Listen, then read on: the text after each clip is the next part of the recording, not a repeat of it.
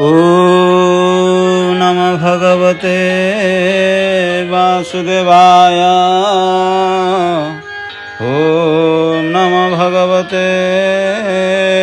वासुदेवाय। श्रीमद्भागवत महापुराण एकादश स्कंद द्वादश अध्याय। नारायणं नमस्कृत्य नरं चैव नरोत्तमं देवीं सरस्वतीं व्यासं ततो जयमुदीरयते। मूकं करोति वाचालं पङ्गुं लङ्घयते गिरिं यत्कृपातमहं वन्दे परमानन्दमाधवं। निगमकल्पतरुगलितं फलं सुखमुखादमृतद्रवसंयुतं पिबत भागवतं रसमालयं मुहुरः रसिका भुवि भावुका। द्वादश अध्याय। बध जीव जे जीवन मुक्त साधु आवर जे भक्त एमानंकर जे लक्षण द्वादश अध्याये वर्णन। शुणिण उद्धव वचन कहन्ति श्रीमधुसूदन। श्री भगवान उवाच तु जाहा करुह प्रसन्न जीव आत्मार तत्वज्ञान जीवर बध मोक्ष बेनी विचारु जेते शास्त्र घेनी केही न पांति तार अंत एणु से बोलान्नी अनंत त्रिगुणे बंध मोक्ष होई जेणु से गुण माया बही वास्तवे से ही बंध मोक्ष जीव को न लागे प्रत्यक्ष जन्म मरण शोक मोह सुख दुख आदि संशय केवल माया भ्रम यही जीव को लागे नहीं। स्वप्न देख प्राणी जहा निद्रा छाड़िले जन्हे माया विद्या ओ विद्या मोर देह बंध मोक्षा ही मायामय एबे निमध्ये मोर अंश जीवर स्वरूपे प्रकाश अविद्या बळे बंदी होई हीन मुक्ति भाव वही तेणु भ्रम माया भ्रमे कर्म अर्जित पथ श्रमे मजई माया अहंकारे निज महिमा न सुमरे स्वभावे नित्य मुक्त यद्यपि जीव विद्या युक्त आत्मा को आत्मा जेबे स्मरे परम आनंदे विहरे एबे तो सुन हे उद्धव जीव परम बेनि भाव जेणु से बेनि संग होए बध विमुक्त भाव बहे एकई वृक्षे हंस दुई बसंती प्रिय भाव बही स्वभाव बेनि सखा हंती एक आरे के न छाड़ती समान शक्ति से वहंती बध विमुक्त बेनि गति से वृक्षे जेते फल फले एक भुंजई ताहा बळे एक बंचई उपवासे निर्लेप निरंजन हंसे नित्य आनंद परिपूर्ण सकल देखई समान सेहु न जाने निज पर जेणु निर्मल ज्ञान तार से हंस वृक्ष फल खाई लोभे बंधन तार देही अज्ञाने न जाणई किछि एमंते बेनि आत्मा लखी परम परम आनंदी अविद्या संगे जीव बंदी प्रत्यक्ष देहे से बसई नथिला प्राय लक्ष्य होई ए भावे थांती जेते प्राणी पंडित बोले तांकु गणी देहे न थाई थिला प्राय जे मणे से वंचित काये स्वप्न जाग्रते जन्हे मिछ कुमति मणे ता प्रत्यक्ष एणु विषय इंद्रिगणे हुंजंती विधि आचरणे जीव से उदासीन रूपे बसई ताहांक समीपे एणु परम नाम तार निर्लेप नित्य निराकार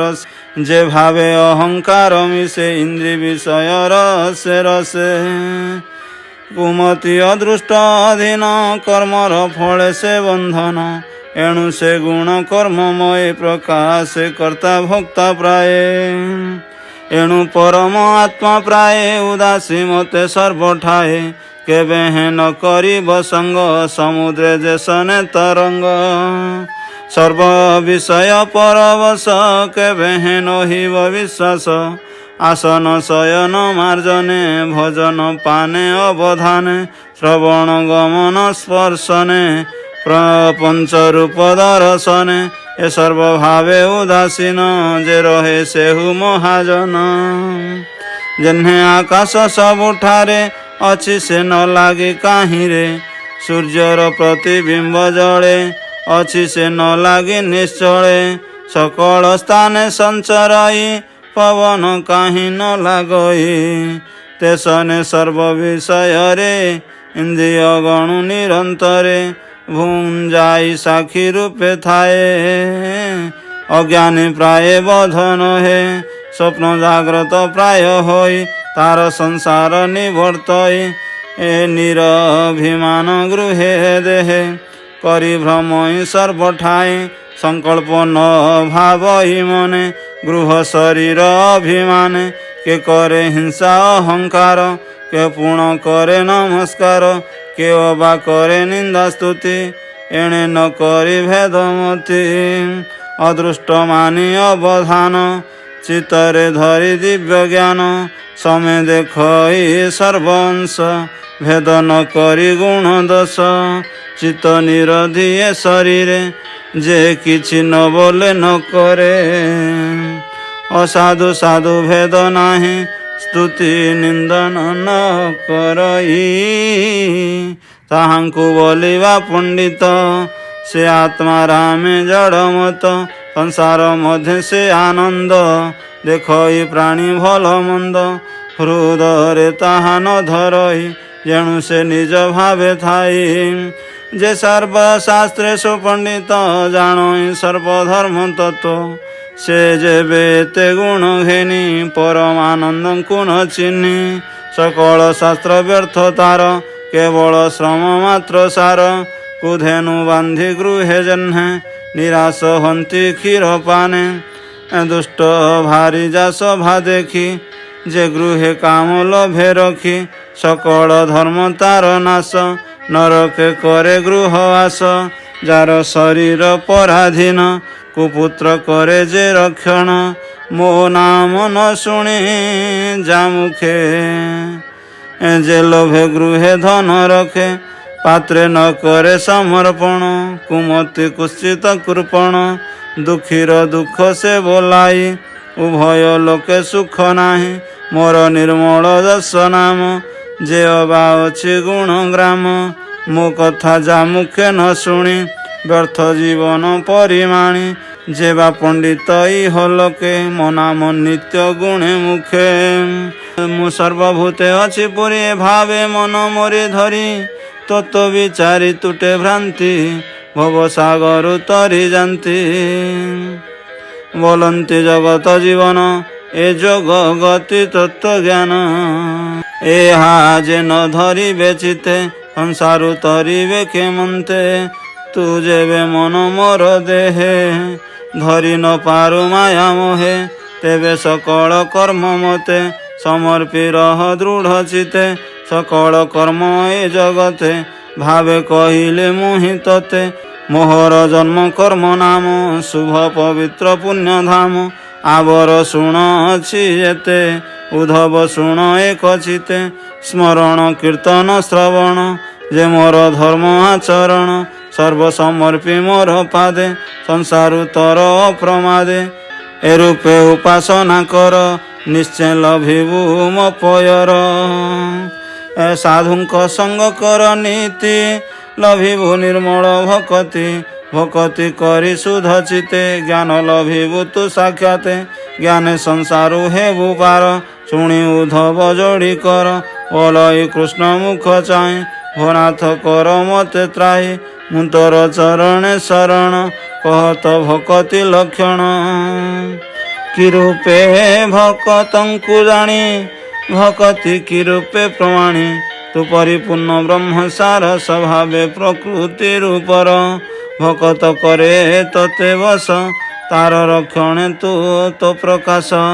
भकत हिते तोर तनु एणु भकत वाक्यमान अनादि प्रभु भगवान प्रणत जनर पालन तु परिपूर्ण ब्रह्म राशि तु ए संसार मध्य पशि सकल तोहर अभियान एणु तु परम कारण भक्ति लक्षण जेमते जानिबि कह दया चिते भक्त लक्षण मते कह जेणे खंडिब माया मोह श्री भगवान वच साधुंक 30 लक्षण उद्धव सावधान शुण समदर्शी सत्य सार शुद्ध विवेक मति जार द्रोह वर्जित शांति पर त्याग स्वभाव महाधीर कृपाणु सर्वलोकहित शुचिप दरिद्र दृढ़ व्रत अल्प भजन धर्मे स्थिर मृदु प्रसन्न धृतिशील सुकल्यमानी मानद कवि मैत्र सुधवध षड्गुण प्रमादी गभीर चित्त धीर बुद्धि ए आदि 27 गुण विशेष मोहर शरण एते लक्षण लक्षी जाहि निश्चय वैष्णवटी से ही मु वेद रूपे अच्छी भणी धर्म अधर्म परिमाणी तहिरे 10 गुण जेते निश्चय करी शास्त्र मते सकल धर्म तेजी चिते जे मते भजे दृढ़ मते से प्राणी भकत उत्तम कहिले पुरुष उत्तम जानी न जानी मो महिमा